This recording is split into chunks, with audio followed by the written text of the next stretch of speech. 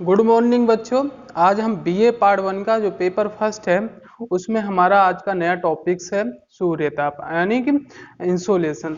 तो इंसोलेशन में हम सबसे पहले जानेंगे, इसके पहले हमने पढ़ा था एटम जो वायुमंडल की संरचना किस तरह से हुई थी। उसके बाद हमारा टॉपिक्स आता है सूर्यताप यानी कि इंसोलेशन। जो सूर्यताप से नहीं, जो सूर्य से हमें जो एनर्जी मिलती है या जो हमें जो ऊर्जा मिलती है सूर्य से, उसे बोलते हैं हम क्या, सूर्यताप। यानी कि पृथ्वी पर जो हमें एनर्जी मिलती है, एनर्जी हमें कहाँ से मिलती है, सूर्य से, और सूर्य से जो हमें एनर्जी मिलती है उसे हम बोलते हैं सूर्यताप। यानी कि तापमान तापमान भी उसी से रिलेटेड होता है। तो सूर्यताप मुख्य रूप से हम कह सकते हैं जो हमें सूर्य से प्राप्त ऊर्जा होती है उसे हम बोलते हैं सूर्यताप। वो किन किन माध्यमों से आती है सूर्यताप, हमें पृथ्वी पर किस तरह से प्राप्त होती है, विकिरण ऊर्जा से यानी कि रेडिएशन से हमें सूर्यताप यानी कि एनर्जी प्राप्त होती है। ठीक है, तो ऊर्जा का हमारा मुख्य रूप से 3 प्रकार से माध्यम होता है। एक होता है विकिरण, संवहन और हमारा संचालन। जो विकिरण जो होता है वो किसी माध्यम से नहीं आता, वो डायरेक्ट आता है। जैसे कि सूर्य से हमें जो एक एनर्जी मिलती है वो विकिरण के माध्यम से आती है। संवहन क्रिया क्या होती है, यानी कि एक कण से दूसरे कण में गर्म होकर, जैसे लोहे की छड़ है या कोई स्टील के चीज से, या फिर एक कण से दूसरे कण से आगे की ओर ऊर्जा स्थानांतरण करता है। और जो हमारा संवहन क्रिया होती है वो किससे होता है कि वायु के द्वारा। जैसे वायु, ठंडी वायु जो होती है भारी होती है, और हल्की वायु जो होती है वो गर्म होती है, तो ऊपर उड़ जाती है। तो वो एक जो सर्किल चलने लगता है एक जगह से दूसरी जगह बढ़ने के लिए वायु के माध्यम से, उसे हम बोलते हैं संवहन क्रिया। ठीक है, तो हमारे यहाँ पृथ्वी पर किस क्रिया से हमें सूर्य ताप प्राप्त होता है, हमारा सूर्य ताप प्राप्त होता है किससे, विकिरण ऊर्जा से, यानी कि विकिरण क्रिया से, यानी कि रेडिएशन से हमें पृथ्वी पर सूर्य ताप प्राप्त होता है। अब आता है भूतल की ओर प्रसारित करने वाले जो सौर विकिरण है, जो रेडिएशन है, उसे किन किन तरंगों से द्वारा आता है। हमें मुख्यतः 3 तरंगे चलती हैं। कौन सी, लघु तरंग वाली ऊर्जा, मध्यम तरंग वाली ऊर्जा और लंबी तरंग वाली ऊर्जा। जो लघु तरंगों की लंबाई होती है 0.44 माइक्रोन, है ना। तो ये कितनी, इससे हमें कितनी ऊर्जा प्राप्त होती है, मात्र 6%। ठीक है, जो मध्यम तरंगों वाली ऊर्जा होती है इसकी लंबाई होती है 0.442 माइक्रोन से लेके 0.84 तक माइक्रोन तक। ये 52% यानी कि 52% हमें हमारे जो सौर ताप प्राप्त होता है किससे, मध्यम तरंगों द्वारा, तरंगों वाली ऊर्जा से। अब लास्ट में आता है जो लंबी तरंगों वाली ऊर्जा प्राप्त होती है, जो 0.84 माइक्रोन से अधिक लंबी होती हैं, वो हमारे 42% यानी कि 42% हमारे यहाँ ऊर्जा सौर विकिरण यानी कि रेडिएशन से प्राप्त होती है। अब आता है कि सौर ताप के वितरण के प्रभावित करने वाले कौन कौन से कारक हैं। तो हम नीचे देखेंगे इसमें, जैसे विकिरण करने वाले कौन कौन से प्रभावित करने वाले कारक हैं।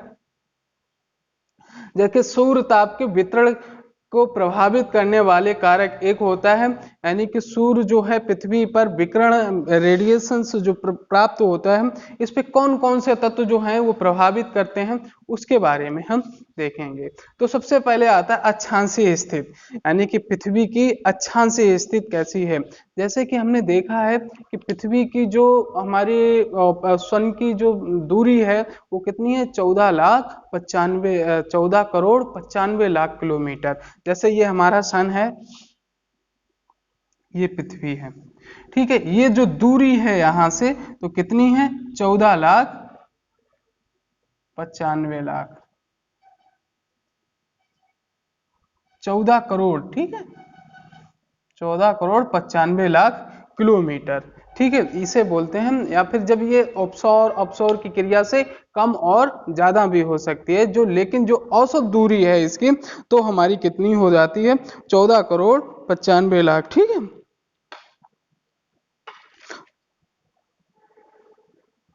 इस प्रकार से हम देखते हैं कि पृथ्वी पे जो सूर्य के द्वारा, ठीक है, तो अक्षांशीय विस्तार कैसे होगा, तो ये सबसे पहले हम समझते हैं अक्षांशीय स्थिति के अनुसार। जैसे पृथ्वी हमारी गोल है, ठीक है, इक्वेटर एरिया हमारा है 0 अक्षांश, और ये हमारा 23.5 और ये पोलर।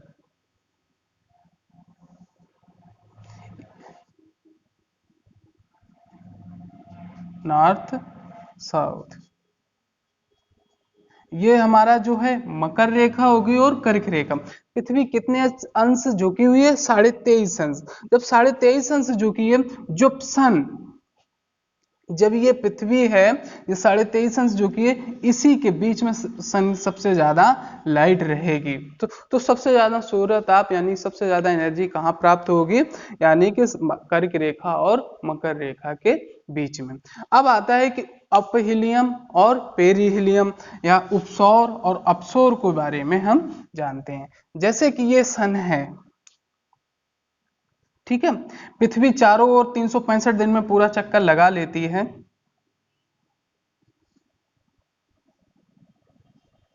ठीक है, इस रेशियो से, इस कंडीशन को बोलते हैं अपसौर, इसको बोलते हैं उपसौर।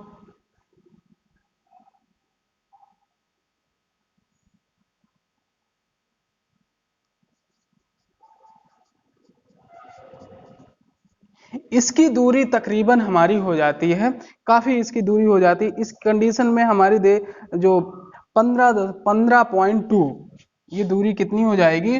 15 करोड़। ठीक है, ये कितनी हो जाएगी हमारी? ये कम हो जाती है दूरी, तो ये हो जाएगी 14.7। ठीक है, जो औसत दूरी हो जाती है ये होगा हमारा कब? जनवरी का महीना जब आता है, ये आता है हमारा जुलाई के माध्यम से। अपसौर और उपसौर क्रिया के बारे में हमने जाना है कि पृथ्वी सबसे ज्यादा ताप कब प्राप्त होगा? जब पृथ्वी सबसे पास होगी। पास कब होगी? अपसौर उपसौर क्रिया में। अपसौर में जो होगा वो हमारी दूर पृथ्वी हो जाती है, तो इस क्रिया में क्या होता है? सन से हमें कम एनर्जी प्राप्त होती। ये हो गया अक्षांशीय दाब। और इसकी झुकाव की वजह से इक्वेटर एरिया से जैसे जैसे हम ऊपर बढ़ते चले जाएंगे तो सूर्य ताप किसके? नतिकोण यानी झुकाव के कारण सूर्य का तापमान कम पड़ेगा। कैसे कि हम जैसे देखते हैं, जैसे ये पृथ्वी हमारी है 23.5 अंश झुकी है। अब जैसे सन यहाँ पे है तो इसकी क्रिया सबसे ज्यादा यहाँ पे लाइट पड़ेगी, तो यहाँ पे लाइट बहुत कम पड़ेगी। इस क्रिया से यहाँ पे ठंडा मौसम ज्यादा रहेगा और तापमान सूर्य ताप बहुत कम प्राप्त होगा। इसी तरह से परिवर्तन रहता है किस क्रिया से? हमारे अक्षांशीय विस्तार से।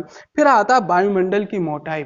वायुमंडल की मोटाई सबसे ज्यादा कहाँ पे होती है? इक्वेटर एरिया में, यानी कि भूमध्य रेखा क्षेत्र में। जहाँ भूमध्य रेखीय जो क्षेत्र है, जैसे कि हमारा पृथ्वी है और भूमध्य रेखा पे सबसे ज्यादा तापमान वगैरह यहाँ पे टेम्परेचर पाया जाता है, तो यह वायु यहाँ पे गर्म होती है और उतनी ऊपर उठती है। अगर टेम्परेचर यहाँ ज्यादा पाया जाएगा तो वायु उतनी ज्यादा गर्म होगी, जितनी ज्यादा गर्म होगी वायु ऊपर, क्योंकि वायु जो ठंडी होती है वो भारी होती है और जो हल्की होती है वायु गर्म होती है। जब वो गर्म वायु होगी उतनी ऊपर जाएगी तो वायुमंडल की मोटाई यहाँ पे 18 किलोमीटर क्षोभमंडल पे पाई जाती है। और इसी पे सबसे ज्यादा मौसमी घटनाएं होती हैं, बादल का गरजना, है ना, और हमारा तापमान, जलवाष्प, है ना, और तुषार, पाला, जितनी भी क्रियाएं होती हैं, मौसमी क्रियाएं, घटनाएं, सब क्षोभ मंडल के अंदर होती हैं 18 किलोमीटर की ऊंचाई।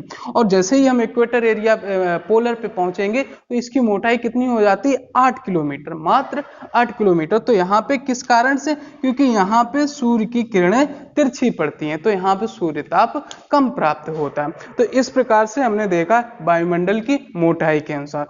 फिर आता है जल थल के वितरण।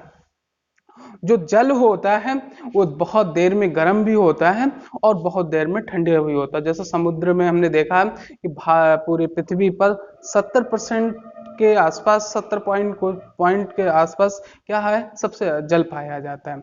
और जो हमारा स्थल है वो 29% के 0.8 के आसपास है। तो इस प्रकार से जल हमारा 2/3 होते हुए भी ये बहुत देर में गर्म होता है और बहुत देर में ठंडा भी होता है। सबसे ज्यादा यहाँ पे वहां पे सूर्य ताप। जहाँ थल की बात आती है, जैसे रेगिस्तान इलाका है, वो बहुत जल्दी गर्म होते हैं और बहुत जल्दी ठंडे भी होते हैं। तो ये जल थल का वितरण जो है अलग अलग माध्यम है, अलग अलग तरीका है। तो जो जल होता है देर में गर्म होगा, देर में ठंडा होगा, और थल स्थल है जो जल्दी गर्म होंगे वो जल्दी ठंडे होंगे। तो इस प्रकार से सूर्य ताप के वितरण में प्रभावित करते हैं। दिन की लंबाई, अब आता है कि जैसे कि दिन की लंबाई कहाँ पे ज्यादा होगी, जहां पे इस सन की सीधी किरणें पड़ेंगी। तो जैसे इक्वेटर एरिया पे हम 12 घंटे का दिन और रात पूरे वर्ष भर रहते हैं, और जैसे जैसे तिरछे किरणें पड़ेंगी तो दिन की लंबाई बढ़ती चली जाएगी, और पोलर पे 6 महीने का दिन 6 महीने की रात होती हैं। और जब हम देखते हैं जब सूर्य की किरणें ज्यादा, जब अब पोलर पे जहाँ पे 6 महीने रात होगा वहां पे सूर्य ताप बहुत कम प्राप्त होगा, और जहाँ पोलर पे सूर्य 6 महीने रात में रहती है पूरी लाइट, तो वहां पे भी लाइट ज्यादा प्राप्त होगी, सूर्य ताप ज्यादा प्राप्त होगा। अब आता है समुद्र तल की से ऊंचाई। समुद्र तल से जैसे जैसे हमने बताया था कि समुद्र तल जैसे सरफेस है, उससे जैसे जैसे हम ऊपर की ऊंचाई पे बढ़ते जाएंगे, जैसे ये स्थल खंड है और कोई भी ऊंचाई ली जाती है समुद्र तल से ही ऊंचाई नापी जाती है। जैसे कि यहाँ से जैसे हम ऊपर बढ़ेंगे तो 165 मीटर, 165 मीटर प्रति सेकेंड, है ना, कितना प्रति सेकेंड 1 सेंटीग्रेड तापमान घट जाता है। जैसे जैसे हम समुद्र तल से ऊंचाई की ओर ऊपर की ऊंचाई बढ़ते चले जाएंगे तो टेम्परेचर क्या है 165 मीटर की घटता चला जाता है। तो इस प्रकार से हमें समुद्र की ऊंचाई पे भी सूर्य ताप के वितरण को प्रभावित करता है। यानी कि एक सूर्य का जो तापमान है बराबर आता है, लेकिन पृथ्वी पर अलग अलग कैसे प्राप्त होता है इनके बारे में हमने जाना। कौन कौन से अक्षांशीय कारण है जिसकी वजह से सूर्य का तापमान कहीं अलग है, कहीं ज्यादा प्राप्त होता है, कहीं कम प्राप्त होता है। क्योंकि बर्फ से भी काफी ढके हुए वो क्यों नहीं पिघले, इक्वेटर एरिया पे सबसे ज्यादा गर्मी, क्योंकि वो अक्षांशीय और झुकाव की वजह से। दूसरा आता है वायुमंडल की मोटाई है कि जहां पे वायुमंडल की मोटाई ज्यादा होती है। फिर तीसरा आता है जलथल का वितरण के वजह से सूर्य ताप समान वितरण नहीं है। फिर दिन की लंबाई, जहां दिन की लंबाई ज्यादा होगी सूर्य ताप ज्यादा प्राप्त होगा, और जहां कम होगी तो वहां सूर्य ताप बहुत कम प्राप्त होगा। फिर आता है समुद्र तल से ऊंचाई। जैसे जैसे समुद्र तल की ऊंचाई से बढ़ जाएंगे वहां तापमान कम प्राप्त होगा, क्योंकि अगर हम ये नहीं होता है कि जैसे हम सन के ज्यादा करीब पहुंच ऊपर की ऊंचाई पे बढ़ेंगे तो सन ज्यादा हमें प्राप्त करेगा, ऐसा नहीं है। क्योंकि जैसे जैसे हम ऊपर बढ़ते हैं तो तापमान हमारा घटने लगता है, क्योंकि सूर्य से डायरेक्ट हमें एनर्जी नहीं मिलती, वो विकिरण और ऊर्जा से लघु तरंगों से जो पृथ्वी की जो बाद में रेडिएशन करती है पृथ्वी, जो दीर्घ तरंगों से, उससे हमारा टेम्परेचर वायुमंडल गर्म होता है। यानी कि जो सूर्य से सूर्य ताप प्राप्त होता है हमें किससे प्राप्त होता है, लघु तरंगों से। वो डायरेक्ट हमें पृथ्वी से मिलता है। जब पृथ्वी अपनी यही लघु तरंगों को दोबारा रेडिएशन यानी विकिरण खुद को तापमान को छोड़ती है, तब वायुमंडल गर्म होता है। किससे, दीर्घ तरंगों से, है ना। ठीक है, तो इस प्रकार से हमने जाना है कि सूर्यताप के वितरण को प्रभावित करने वाले कौन कौन से कारण हैं। अब आता है कि अगली हेडिंग कि वायुमंडल के ठंडा एवं गर्म होने की प्रक्रिया क्या है, यानी कि वायुमंडल जो है गर्म और ठंडा कैसे होता है इसके बारे में जानना। पहला आता है सीधे सूर्य ताप से प्राप्ति, क्योंकि वायुमंडल में डायरेक्ट तो गर्म नहीं होता, लेकिन सीधे प्राप्त कौन से कारक होते हैं, एक होता है जलवाष्प और एक होता है धूलकण। जैसे कि जैसे सन से जो हमें प्राप्त सूर्य ताप होता है, जो वायुमंडल में हमारा जलवाष्प यानी वाटर वेपर है और धूल कण है यानी कि डस्ट पार्ट है, तो उनसे जो सूर्य से एनर्जी आती है यानी सूर्य ताप आता है वो अवशोषित करता है। यानी कि वायुमंडल में 4% जलवाष्प और 11% के आसपास धूल कण, यानी कि 14% ही डायरेक्ट एनर्जी मिलती है। किसको, वायुमंडल को डायरेक्टली नहीं मिलती है। इसके बाद क्योंकि सूर्य हमें लघु तरंगों से एनर्जी प्राप्त होता है। फिर आता है संवहन द्वारा। संवहन द्वारा क्रिया से क्या होता है कि जब कोई परत यहाँ पे पृथ्वी पे नीचे स्तर पे गर्म हो जाती है ना, ठीक है, जैसे कि पृथ्वी पर डायरेक्ट विकिरण द्वारा एनर्जी प्राप्त हुई, तो वही एनर्जी पृथ्वी जो विकिरण करेगी दीर्घ तरंगों से। दीर्घ तरंगों से जैसे पृथ्वी ये है सरफेस है, तो ये यहाँ पे गर्म हो जाएगा, अपने सरफेस पे आसपास गर्म होगा। तो गर्म जैसे ही होगा तो हमने बताया है कि गर्म वायु होती है वो हल्की होती है, वो ऊपर की ओर उठेगी। जब पहले सरफेस गर्म होगा फिर यही वायु ऊपर उठेगी तो फिर ऊपर, फिर नीचे ठंडी भर जाएगी, फिर ऊपर उठती रहेगी। इस क्रिया को हम क्या कहते हैं, संवहन द्वारा वायुमंडल गर्म हो जाता है। फिर आता है संचालन द्वारा। संचालन मतलब होता है एक कण से या एक छड़ से, एक लोहे से के माध्यम से जो हमें प्राप्त ऊर्जा होती है उसको हम बोलते हैं। जैसे कि धूल कण है, एक कण से दूसरे कण के माध्यम से वायुमंडल का गर्म होता है, उसे हम संचालन माध्यम से रखते हैं। फिर विकिरण ऊर्जा यानी कि रेडिएशन से, जो हमें किसी भी माध्यम से नहीं होते, जैसे दीर्घ तरंगों से वायुमंडल में पहुंचना ही वायुमंडल को गर्म जो करता है, उसे हम बोलते हैं वायुमंडल की रेडिएशन, यानी कि दीर्घ तरंगों से जो विकिरण होता है उसे हम बोलते हैं विकिरण के द्वारा से वायुमंडल का गर्म होना। इस प्रकार से हमने सूर्य ताप के बारे में जानते हैं। अब ये और जानते हैं कि जो हमारी प्रकाश का जो चाल होती है 3 लाख किलोमीटर प्रति सेकंड, तो हमारी पृथ्वी से जो सन की दूरी है, औसत दूरी हमारी 14.9 करोड़, 14.9 करोड़